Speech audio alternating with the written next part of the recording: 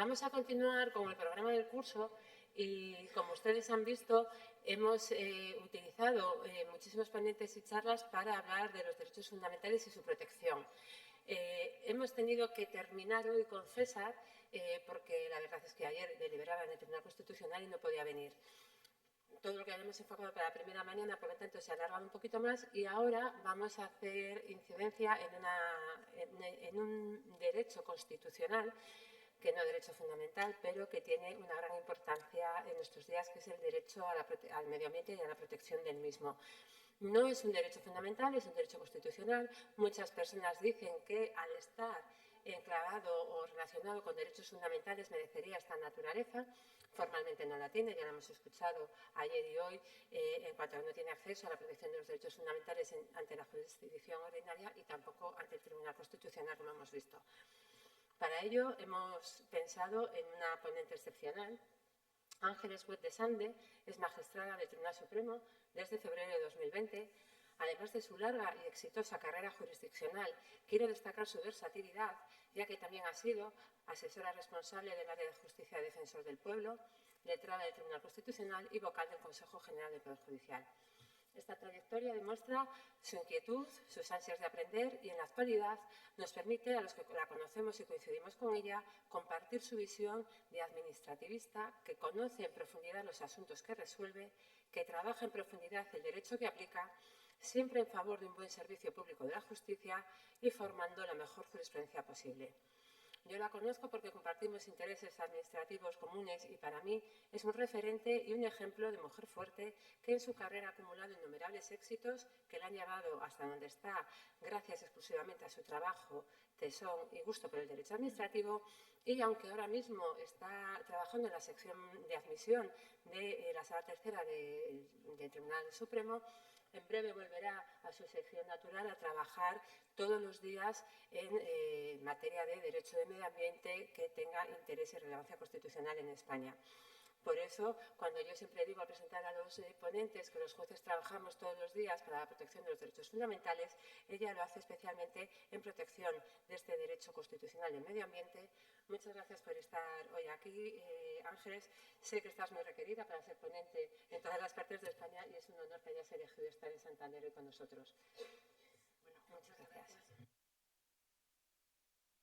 Aquí. Muchas gracias, Esther. Para mí es un placer. Muchas gracias, Fernando, por haberme invitado y por haberme permitido compartir en este foro muy cualificado algunos pronunciamientos del Tribunal Supremo que me parecen relevantes en materia de medio ambiente. Bueno, primero tengo que decir, ahora que se ha ido César, que me ha hecho buenísima, nos ha hecho buenísimos al Tribunal Supremo, porque yo durante este año he estado termino ahora en julio, en la sección de admisión, que las malas lenguas nos conocen como la sección de inadmisión, pero visto el porcentaje de asuntos que inadmiten en el Tribunal Constitucional, somos santos y benéficos, admitimos muchísimo más. No sé exactamente el porcentaje, pero desde luego no es el 99,9% prácticamente que nos ha dicho César. Dicho esto, que me da muchos ánimos, me enfrento ya con el título de la intervención, que es Jurisprudencia relevante del Tribunal Supremo en materia de medio ambiente. Como comprenderán, me ha producido bastantes quebraderos de cabeza seleccionar la jurisprudencia concreta sobre la que quería hablar, porque en materia de medio ambiente, dada la propia transversalidad del concepto heterogeneidad, o como dijo la primera sentencia importante del Tribunal Constitucional sobre el medio ambiente, el carácter poliédrico que tiene este derecho constitucional, son muchísimos los ámbitos que ha abarcado las decisiones del Tribunal Supremo: residuos, vertidos, contaminación acústica, emisiones a la atmósfera, evaluación ambiental, incidencia ambiental de la ordenación territorial, del desarrollo energético, de la implantación de las energías renovables, incluso tutela cautelar. En materia de tutela cautelar también ha habido pronunciamientos interesantes en los que hemos intentado dar algunas pautas a la instancia a la hora de resolver tutela cautelar en materia de medio ambiente, imbricando los principios medioambientales en el análisis cautelar. En fin, han sido múltiples los pronunciamientos. Pero era difícil establecer un hilo conductor que diera cierta coherencia a toda esta heterogeneidad. Entonces digo, ¿qué hago? Y he decidido quizás, bueno, algo heterodoxo como la propia materia que voy a abordar, que son centrarme en dos nuevos instrumentos de planeamiento ambiental que son novedosos, de reciente introducción en el ordenamiento jurídico español y que han sido poco abordados hasta el momento por la doctrina científica, por la academia, por el mundo académico, sin duda por su novedad. No, obviamente han sido abordados, pero no tanto como la planificación ambiental que conocemos y a la que estamos acostumbrados, y que han sido objeto también de muy poquitos pronunciamientos del Tribunal Supremo.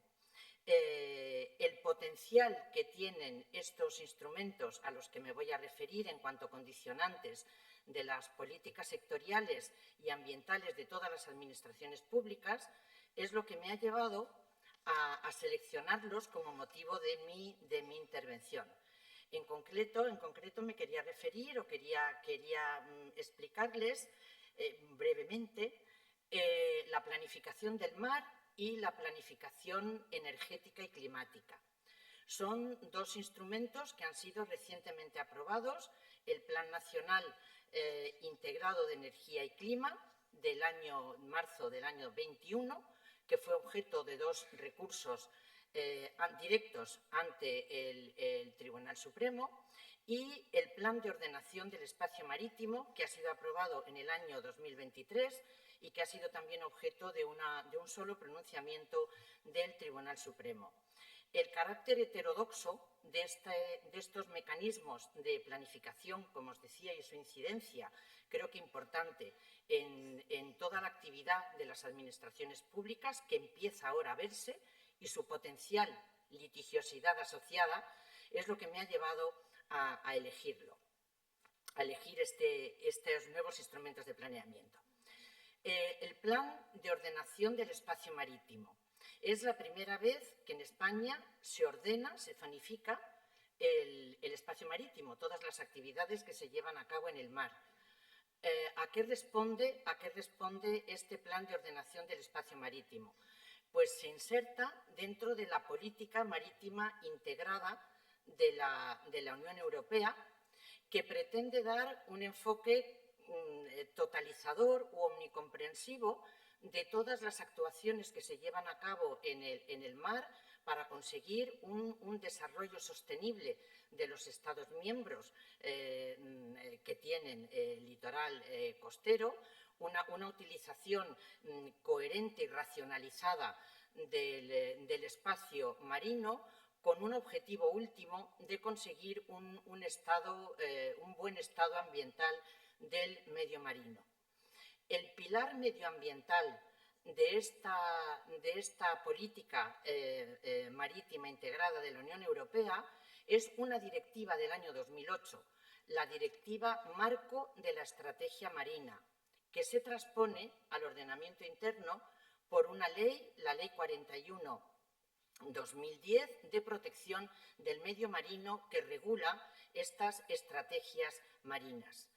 Junto a estas estrategias marinas, junto a esta directiva, tenemos también que tener en cuenta, para poder llegar a estos planes, o a este Plan de Ordenación del Espacio Marítimo, otra directiva del año 2008, dictada en este mismo contexto de la política marítima integrada de la Unión Europea, que es la Directiva de Ordenación del Espacio Marítimo, que es la que prevé específicamente estos planes de ordenación del mar. ¿Qué son estas estrategias? Primero, ¿qué son las estrategias? Las estrategias son o pretenden establecer el marco general para la racionalización coherente de todas las actividades que se llevan a cabo en el medio marino, pero como pilar medioambiental que es de la política marítima integrada de la Unión, siempre con un enfoque último de protección, de conseguir alcanzar el buen estado del medio marino y con un enfoque siempre ecosistémico. Son verdaderos instrumentos de planeamiento, se someten a evaluación ambiental, a información pública y se aprueban por Real Decreto del Consejo de Ministros. En su elaboración participan la administración estatal y también todas las comunidades autónomas con litoral marino, todas ellas, y se crean dentro de la estrategia unos organismos de coordinación tanto internos de la propia Administración del Estado, por ser varios los departamentos ministeriales afectados por las estrategias marinas, como de coordinación entre la Administración del Estado y las comunidades autónomas. Las estrategias están concebidas para desarrollarse en unas fases sucesivas. En la ley se establecen 5 fases que, a trazo grueso, lo podemos sintetizar en tres fases. Bueno, se me olvida decir, son estrategias que se tienen que hacer por cada una de las demarcaciones marinas en que está dividido el espacio marítimo español, que son la del Atlántico Norte, la del Atlántico Sur, son 5 del Atlántico Sur, la de Alborán y el Estrecho, la Levante Balear y la Canaria. Las 5. En cada una de ellas se tiene que elaborar esta estrategia marina que, como os decía, se conciben en 5 fases que se desarrollan sucesivamente en el tiempo. La primera fase las reconduzco a 3 para hacerlo menos farragoso. La primera fase consiste en la evaluación de todas las presiones que la actividad humana supone sobre el medio marino. Se analiza la incidencia socioeconómica de todas estas actividades, su incidencia también en la biodiversidad, en la protección de los ecosistemas, del patrimonio cultural marino, en fin, desde un punto de vista algo cursi, podría decirse holístico, ¿no? Palabra que está ahora más de moda, más totalizador. Una segunda fase sucesiva en el tiempo es la de determinación de los objetivos específicos que se deben establecer para intentar alcanzar este buen estado del medio marino. Y se establecen también unos programas de seguimiento. Y, por último, unos programas de medidas, que ya vamos llegando a cómo entroncan estos planes de ordenación del espacio marítimo. Unos programas de medidas. Estos programas de medidas, para alcanzar los objetivos fijados en la estrategia, en función de este objetivo último medioambiental de alcanzar el buen estado del medio marino, pueden consistir hay una gran amplitud en su definición por parte de la directiva y de la Ley de Protección del Medio Marino. Pueden consistir desde directrices, sugerencias de modificación de normas o necesidad. Ahí empiezan los problemas de modificación de normas, el establecimiento de una planificación del espacio marítimo, establecimiento de restricciones geográficas y temporales para determinadas actividades, todo desde un punto de vista muy general, porque es un marco general de ordenación o racionalización de las actividades que se desarrollan en el medio marino. Las estrategias tienen una duración de están previstas para que se desarrollen durante 6 años, a partir de los cuales son revisadas y renovadas sucesivamente. Las primeras se han aprobado por un Real Decreto del año 2018, que en concreto no ha sido objeto de impugnación jurisdiccional. ¿Dónde se engarzan los planes? Pues los planes engarzan, ha decidido el legislador español engarzarlos, o el Estado español engarzarlos dentro de los programas de medidas de las estrategias marinas. Primer problema, articulación entre estos nuevos instrumentos de planeamiento, que son los planes de ordenación del espacio marítimo, con este otro instrumento de planeamiento, que son las estrategias marinas.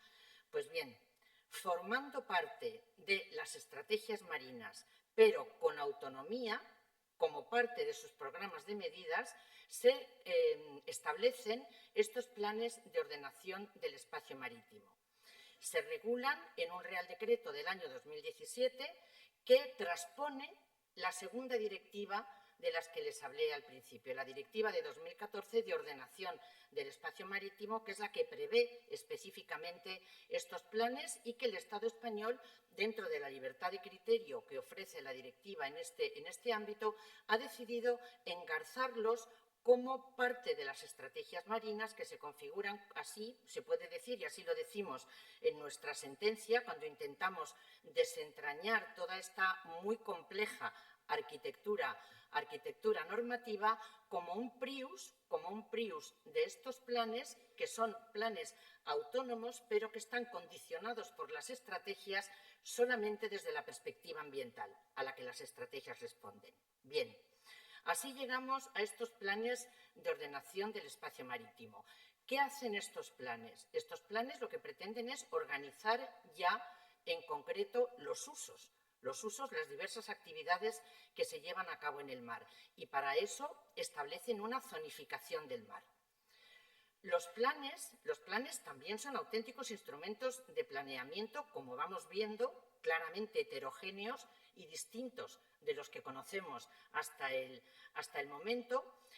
Se llevan en su tramitación, que insisto, con información pública, con evaluación ambiental, participan. A mí me recuerda, no tiene nada que ver, pero me recuerdan un poco al procedimiento en su forma compleja y de articular todos los sectores afectados de tramitación. Me recuerda bastante al procedimiento de concertación de la planificación hidrológica. No es exactamente lo mismo ni está regulado de la misma manera, pero sí se pretende dar cabida, y así se prevé expresamente en su regulación, a todos los sectores afectados, no solo administraciones públicas con estatal o autonómica con incidencia en el litoral, sino también administraciones locales, sectores económicos afectados por la ordenación del espacio del mar y por supuesto, una ingente elaboración científica con organismos como el Instituto Oceanográfico y más organismos técnicos que participan en la complejísima elaboración de estos planes. ¿La finalidad cuál es? Pues la finalidad, como he dicho, es zonificar el espacio marítimo para que las actividades que se desarrollan en el mismo se puedan desarrollar de una manera racional, coherente y que se cumpla el objetivo último de alcanzar el buen estado ambiental de las aguas marinas. Se establecen dos tipos de zonas. Luego veremos naturaleza jurídica de todo esto. Se establecen dos tipos de zonas. Las zonas de uso potencial, ZUP, y las zonas de alto potencial, las ZAP. En las zonas de uso prioritario son las zonas, se respetan las actividades que ya tienen lugar en el medio marino, se han seleccionado algunas que se han entendido que son de interés general y se establecen zonas dentro de todo el espacio marítimo de cada una de las estrategias donde prioritariamente se llevan a cabo. Las zonas son de protección de la biodiversidad, zonas de extracción de áridos destinados a la protección costera, las zonas de protección del patrimonio cultural, las de investigación e innovación, las dedicadas a la defensa nacional y las de seguridad en la navegación. Las zonas de alto potencial, voy a decir primero su contenido y luego ya hablamos un poco de ellas. Las zonas de alto potencial son aquellas en las que se prevé su uso, que en el futuro se van a implantar, y se establecen zonas de implantación preferente de estas actividades de uso del mar. También zonas de protección de la biodiversidad, zonas de extracción de áridos para la protección costera, que sigue el planificador creyendo que van a ser necesarias, zonas para la investigación y la innovación, zonas para la actividad portuaria, zonas para el desarrollo de la energía eólica marina y zonas destinadas a la acuicultura. Vamos a ver.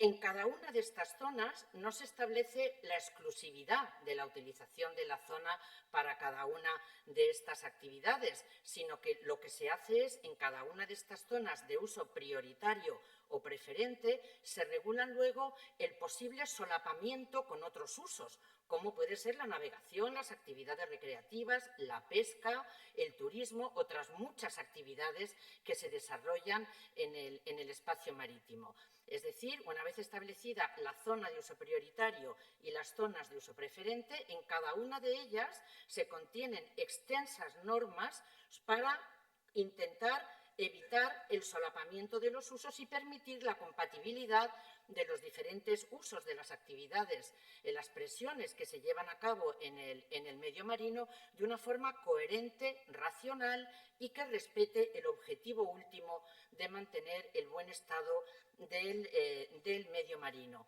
No se pretende zonificar todo el espacio marítimo, no se trata de eso, se trata solo de establecer estas zonas de uso prioritario de actividades que se han considerado de interés general que ya existen y de zonas de alto potencial que en el futuro puedan llegar a poder implantarse en el espacio marino. Ni las estrategias ni los planes de ordenación del espacio marítimo crean directamente obligaciones ni derechos para los particulares.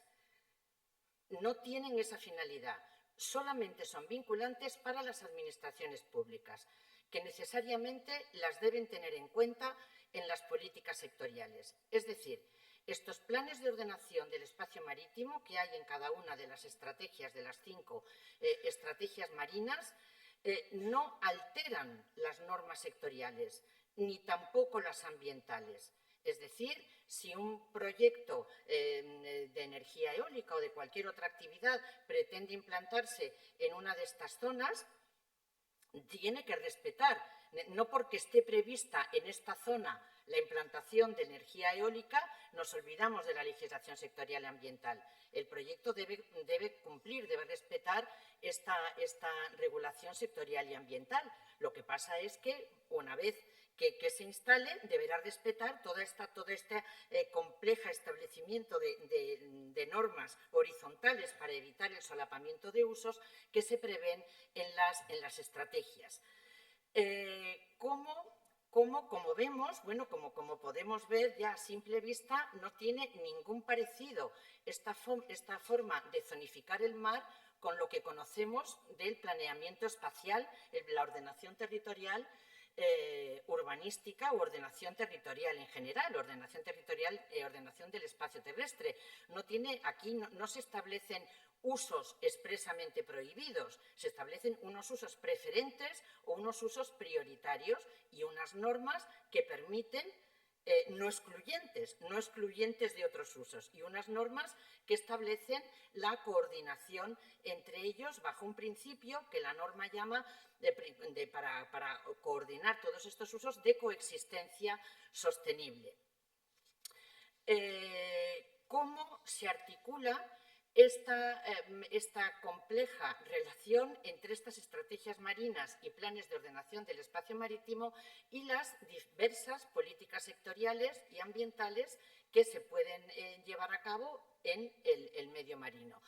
Pues se hace a través de un informe que se regula en la Ley de Protección del Medio Marino, un informe favorable a cualquier proyecto de actividad o de planificación sectorial que vaya a afectar al medio marino. Tiene que ser objeto de un informe favorable del Ministerio de Medio Ambiente, un informe favorable de compatibilidad con las estrategias marinas, cada una donde se vaya a desarrollar el proyecto, estrategias marinas de las que forman parte como os he dicho, de sus programas de medidas, estos planes de ordenación del espacio marítimo. Un Real Decreto posterior, la ley se limita a decir que es un informe favorable. Hay un Real Decreto posterior del año 19 que considera que el informe es preceptivo, cosa que ya se desprendía de la ley, y vinculante. Por lo tanto, se establece un condicionamiento claro por parte de esta nueva planificación, de estos nuevos instrumentos de planificación, estrategias marinas y planes de ordenación del espacio marítimo, de una clara vinculación, una clara incidencia en todas, absolutamente todas, las políticas sectoriales que se deban llevar a cabo en el mar. De ahí la enorme importancia. Por tanto, en esta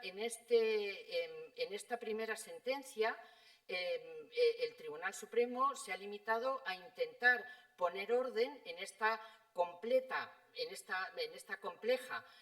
arquitectura normativa, en este diseño que es enormemente complejo, donde las normas a veces son transposición de la directiva, a veces son simple desarrollo de una norma con rango legal, y hemos intentado establecer un engarce racional dentro de la heterodoxia que supone esta forma de organizar la relación entre planes y también el contenido mismo de los planes. En cuanto a la relación entre planes, nos planteará problemas la incardinación de estos planes como formando parte de las estrategias. No hay, por tanto, entre ellos una relación de jerarquía.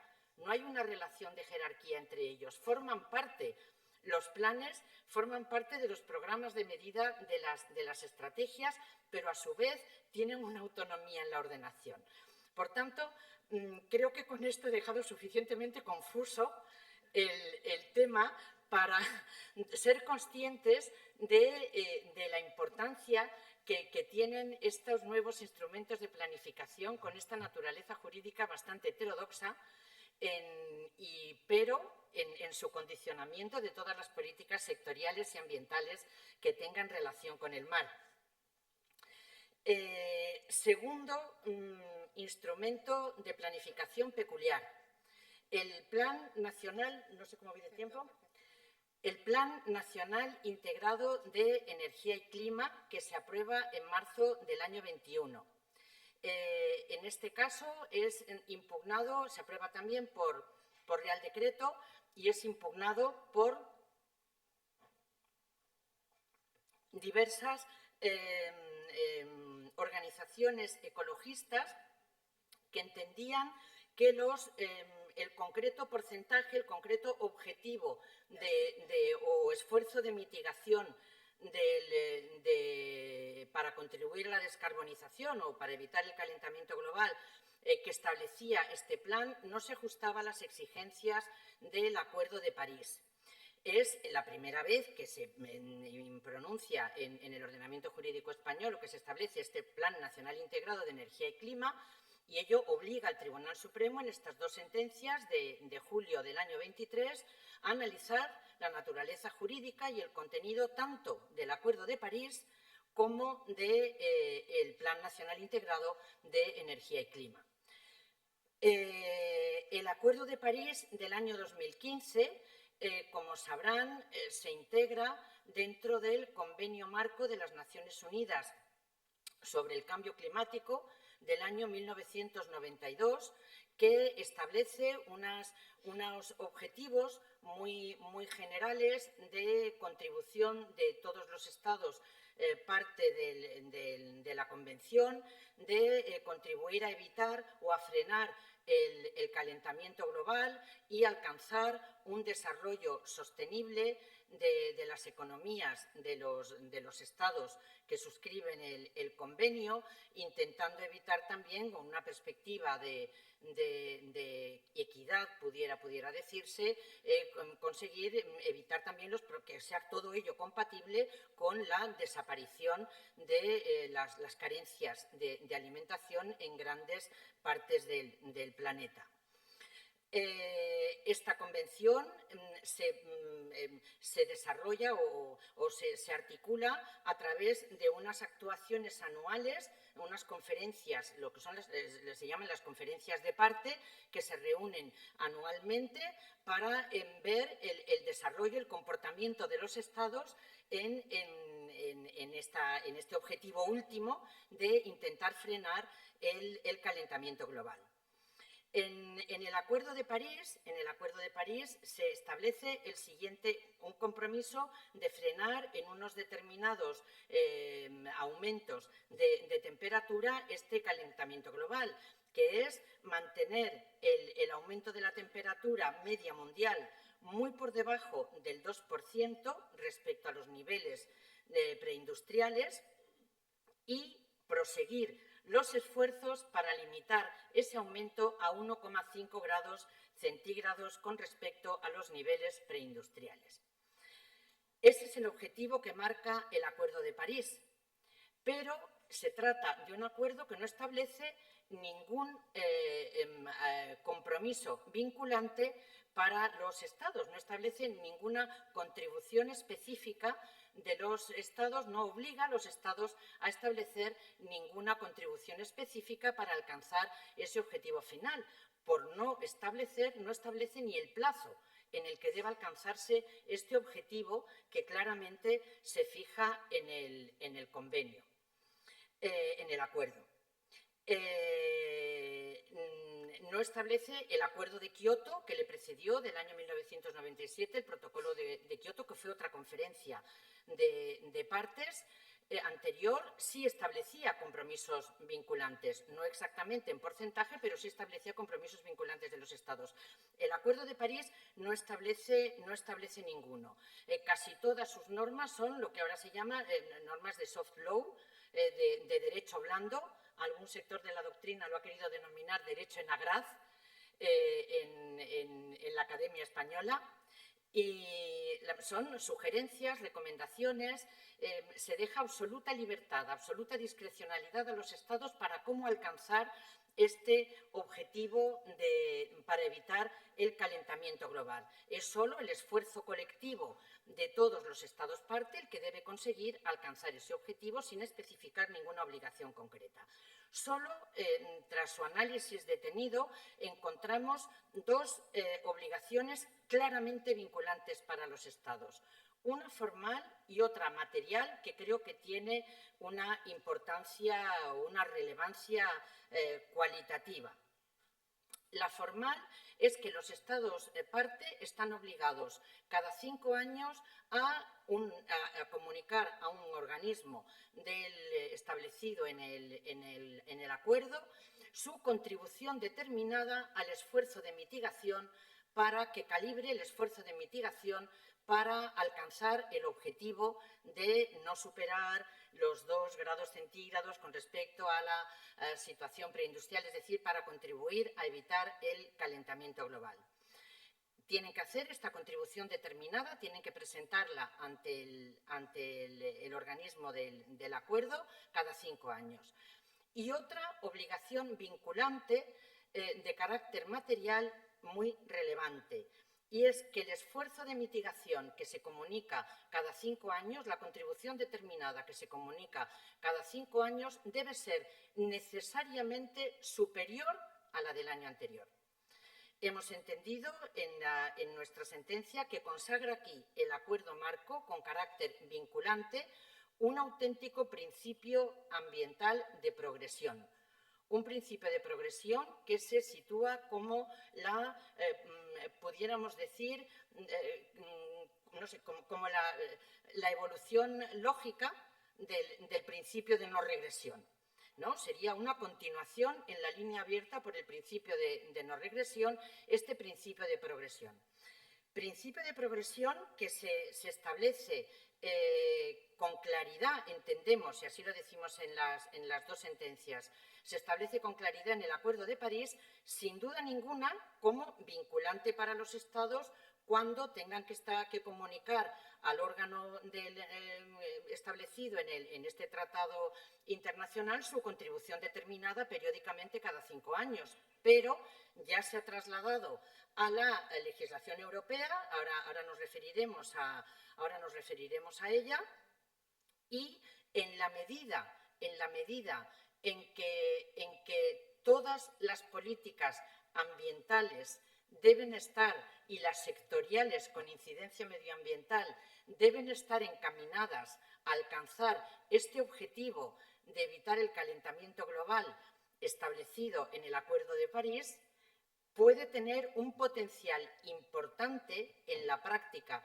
de nuestras administraciones públicas y en el control jurisdiccional de la discrecionalidad. Solo aparece enunciado así en nuestras sentencias. Habrá que ver el desarrollo o el recorrido que pueda tener en la actuación de las administraciones públicas, de las políticas públicas y de su control por los tribunales de justicia. Con estos mimbres de estas consideraciones o esta soft law del Acuerdo de París y estas dos obligaciones vinculantes, este Acuerdo de París, dato claro importante que no había dicho, es firmado por una parte por el Reino de España y por otra parte por la Unión Europea. El Acuerdo de París permite que se suscriba no solamente por Estados, sino también por organizaciones regionales como la Unión Europea. Y España ha decidido dar cumplimiento a su obligación de fijar una contribución determinada y de fijar su esfuerzo de mitigación para evitar el calentamiento global a través de la Unión Europea. Pues bien, en la Unión Europea está regulada toda esta cuestión en el Reglamento de Gobernanza Climática, tiene un nombre mucho más largo, pero es conocido como el Reglamento, como Ley del Clima o Reglamento de Gobernanza Climática del año 18. Son dos reglamentos del año 18, el que nos interesa es el 1999, porque es el que va a regular estos planes nacionales integrados de energía y clima. El reglamento de la Unión Europea de 2018 es el que fija toda la política de la Unión Europea en materia energética en coherencia, y así lo dice el artículo primero del reglamento, con los compromisos asumidos por la Unión Europea para dar cumplimiento al objetivo asumido con el Acuerdo de París, a la contribución de la Unión Europea, a la contribución determinada asumida por la Unión Europea en relación con el Acuerdo de París. El reglamento actúa en las 5 dimensiones que implica la Unión Energética de la Unión, que son la seguridad energética, el mercado interior de la energía, la eficiencia energética, la descarbonización, la investigación, innovación y competitividad. Lo que hace el reglamento pretende una racionalización de todas las políticas de los Estados miembros en materia de energía y clima, con el objetivo de dotarles de una ordenación y de una coherencia, siempre con el objetivo último y de cumplir los compromisos asumidos con el Acuerdo de París. En este marco, dentro de la dimensión, porque en cada dimensión se van marcando objetivos, en el de la descarbonización, que es el que nos afectaba para el pleito concreto, se asume un compromiso, que es la contribución determinada de la Unión Europea al Acuerdo de París, de reducir los gases de efecto invernadero en un 40% en relación con la situación que había en el año 1990. También se establecen porcentajes vinculantes para los Estados de desarrollo de energías renovables, porcentajes vinculantes en materia de eficiencia energética, en fin, en todas las 5 dimensiones que aborda el reglamento. Y para llevar a cabo toda esta organización coherente de las políticas energéticas y climáticas de los Estados de la Unión, con esa finalidad de cumplir los acuerdos, no finalidad, sino en coherencia con el Acuerdo de París, es para lo que establece 2 instrumentos. unas estrategias a largo plazo, de las que no me voy por razones de tiempo, no me voy a meter con ellas, y no nos plantean los problemas de articulación que en la ordenación del espacio marino, y son otro instrumento independiente, y los planes nacionales de integración de energía y clima, para llevar a cabo toda esta organización coherente y racional de la actividad energética y climática de los países de la Unión. Estos planes tienen una duración de 10 años. Cada 10 años deben ser revisados y se tienen que elaborar por los gobiernos de los Estados de la Unión bajo el estricto seguimiento de la Comisión Europea.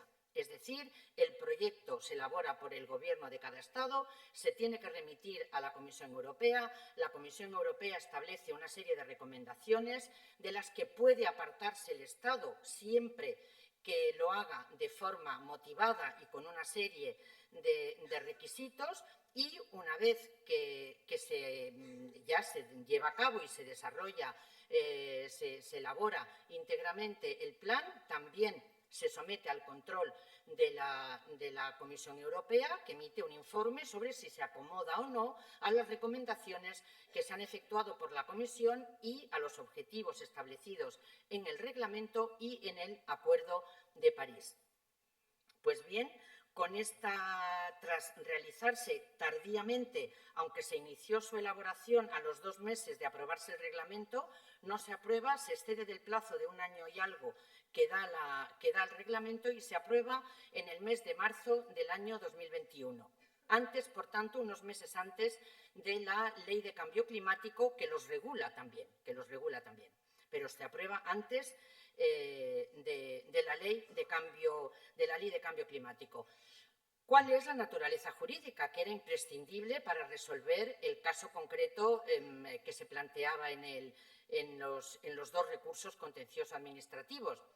Pues la naturaleza jurídica nos ha llevado también verdaderos quebraderos de cabeza, porque de nuevo volvemos a la heterogeneidad o a la heterodoxia en la configuración de estos planes, porque en los planes realmente su contenido es fundamentalmente analítico y programático. Así se dice en nuestras sentencias. Es decir, los planes, que vuelvo a recordar, son auténticos instrumentos de planificación que se someten a evaluación ambiental, porque pueden servir de marco para proyectos después que tengan incidencia medioambiental, ¿no? Por tanto, son auténticos instrumentos de planeamiento, pero contienen análisis de la situación, proyecciones de futuro mediante unos complejos sistemas de modelización para ver las repercusiones futuras de las distintas opciones que se utilicen,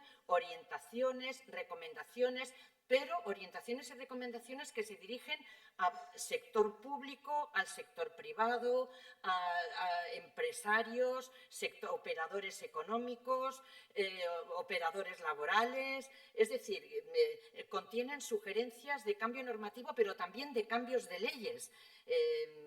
Todo ello con la finalidad de dar cumplimiento a estas políticas energéticas y climáticas de la Unión Europea, en coherencia con el Acuerdo de París. Era muy difícil atribuirles una categoría jurídica propia como la que atribuimos a los planes en general en la doctrina del Tribunal Supremo de disposición general. Solamente encontramos, tras su estudio, una parte claramente vinculante que deriva de una previsión del propio reglamento de gobernanza climática, que es que estos planes deben necesariamente contener de manera vinculante el compromiso del Estado al esfuerzo de mitigación para contribuir a la contribución determinada de la Unión Europea comunicada al Acuerdo de París. Es decir, el 40% de reducción de gases de efecto invernadero en relación con la situación del año 1990 que la Unión Europea ha comunicado al Acuerdo de París para comprometerse en este primer periodo de 5 años, España tiene que contribuir con una disminución del 23%. Y ese compromiso, que se tiene que reflejar necesariamente en el plan, es claramente y terminantemente vinculante. Desde esa perspectiva, hemos entendido que podíamos configurar este instrumento de planeamiento a efectos de poder analizar luego las distintas objeciones jurídicas que los recurrentes planteaban contra el plan.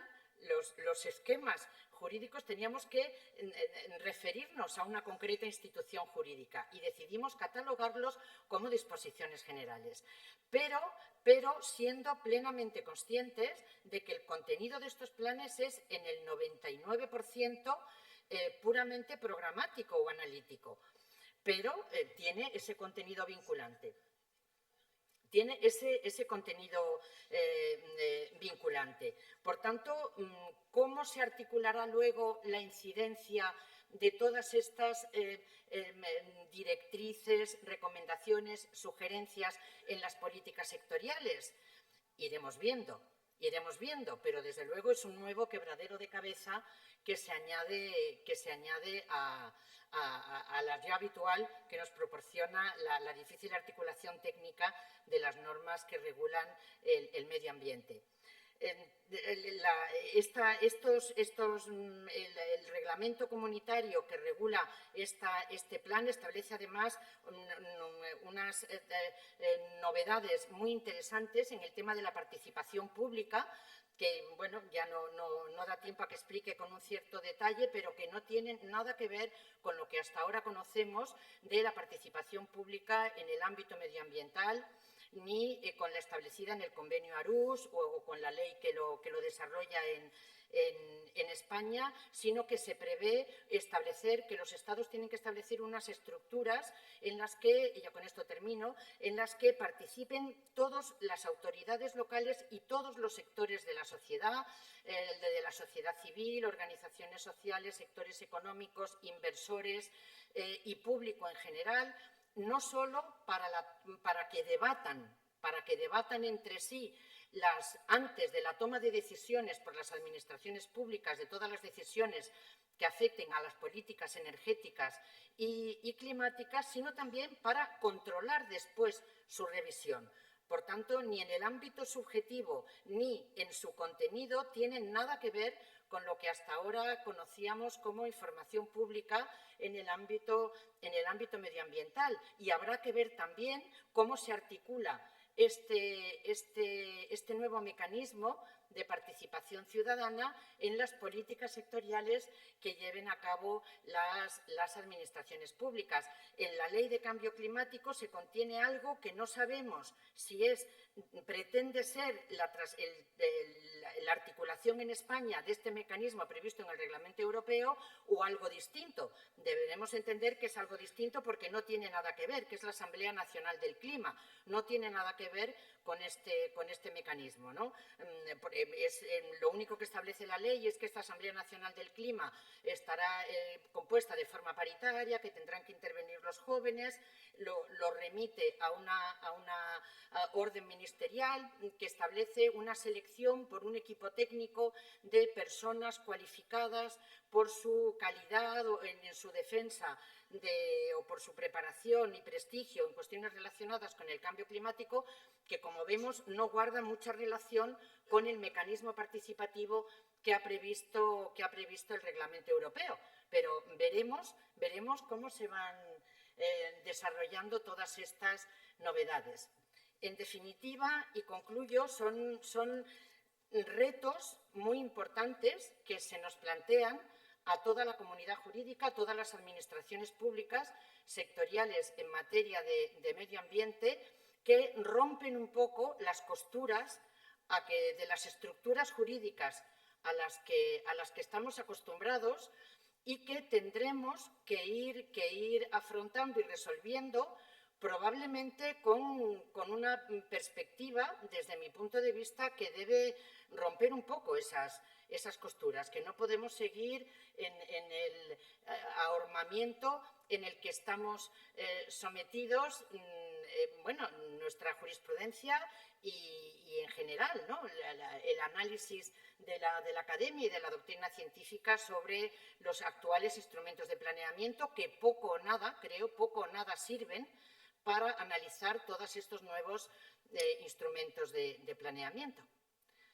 Introduciendo más confusión que claridad, pero con esto termino. Ha sido un auténtico placer y muchas gracias.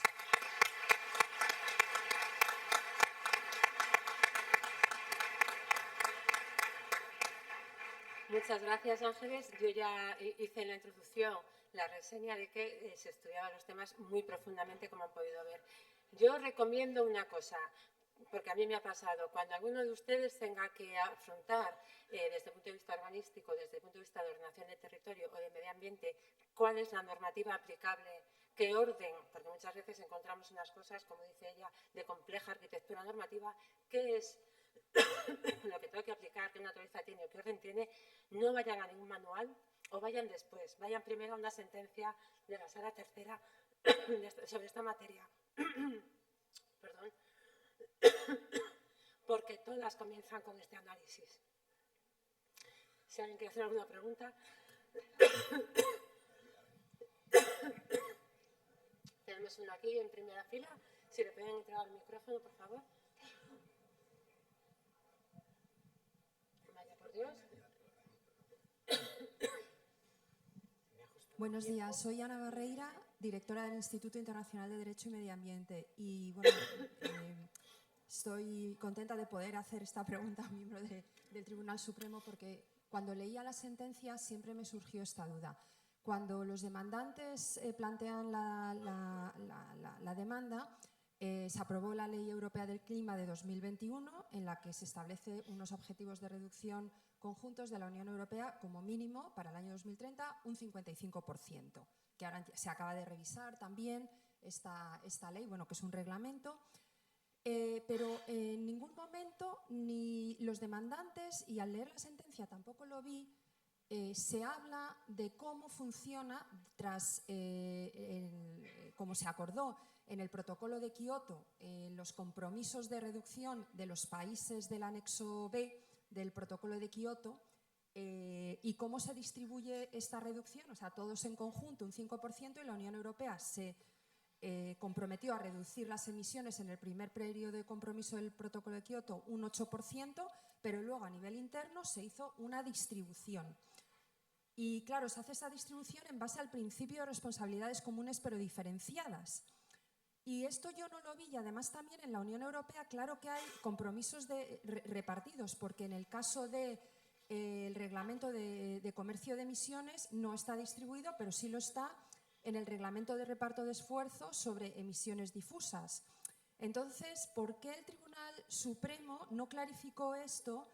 Porque hay una confusión y hay muchas personas que piensan que el objetivo de reducción de la Unión Europea es para todas las partes igual, y no, es que se distribuye, y eso lo eché en falta en la sentencia del Tribunal Supremo, y me gustaría saber por qué no se entró a ese análisis, porque creo que hubiera sido muy útil también para cerrar el tema, porque yo veo que hay muchas organizaciones que siguen pensando que todos los países tienen que reducir ahora mismo al menos un 55%, y no es así. Gracias.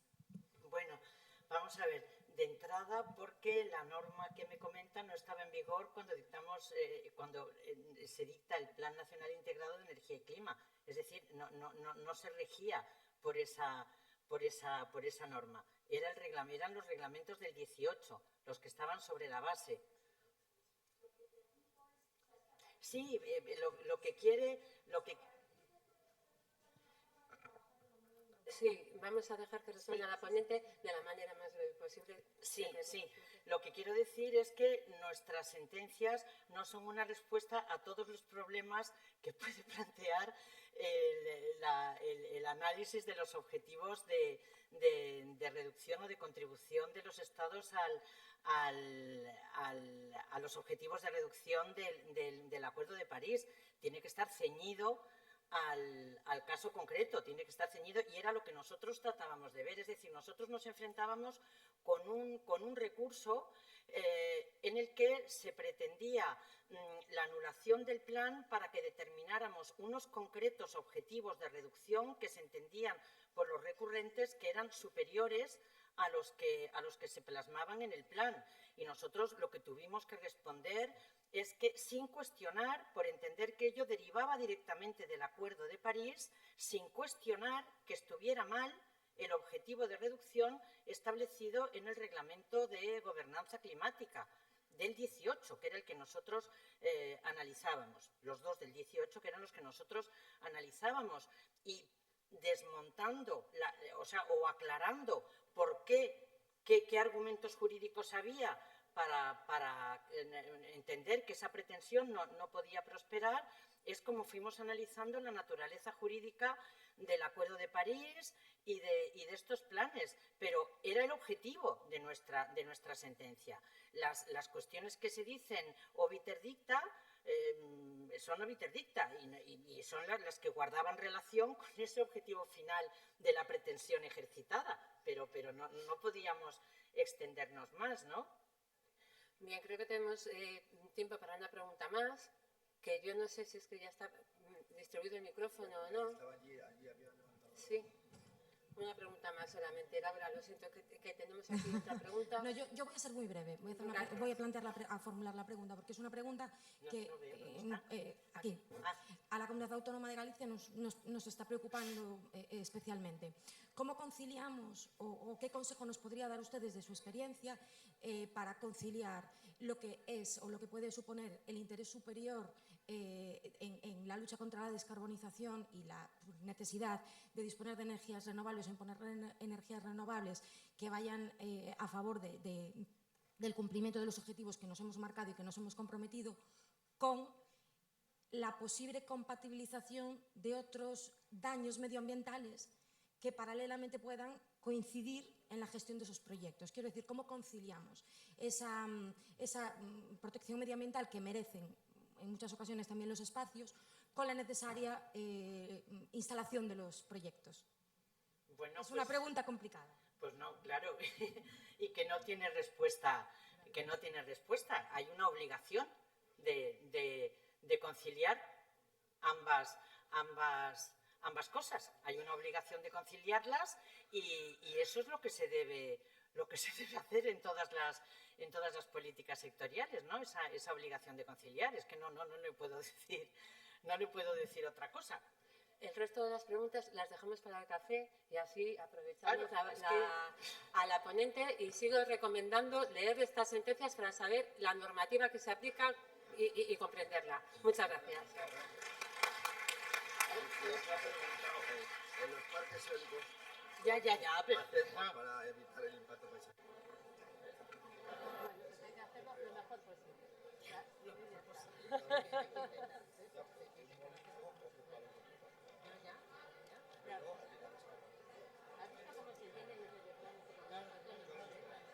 ¿Cómo se entiende? claro, pero no vas a responder. No conciliando. Claro, no, y nosotros. A mí me ha gustado mucho. Pero además es que digo así, ¿tú te acuerdas, que te acordarás, porque estarás en memoria de la sentencia de Pol de Argüelles, del Plan de Ordenación de Recursos Naturales? Que el ponente que no era Argüelles, que tenía esa referencia. Bueno, yo era ponente, pero como hice voto particular, Primero tiene todo el análisis de la normativa y el voto particular es un a la aplicación de la normativa también.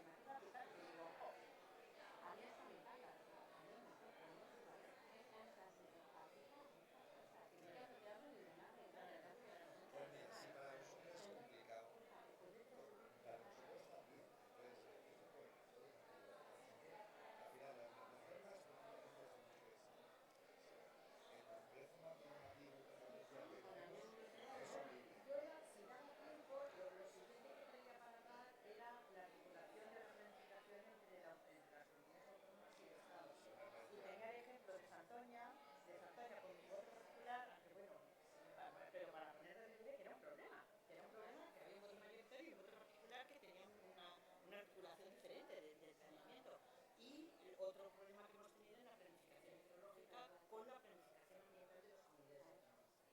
Hemos tenido problemas. Pues para el año que viene.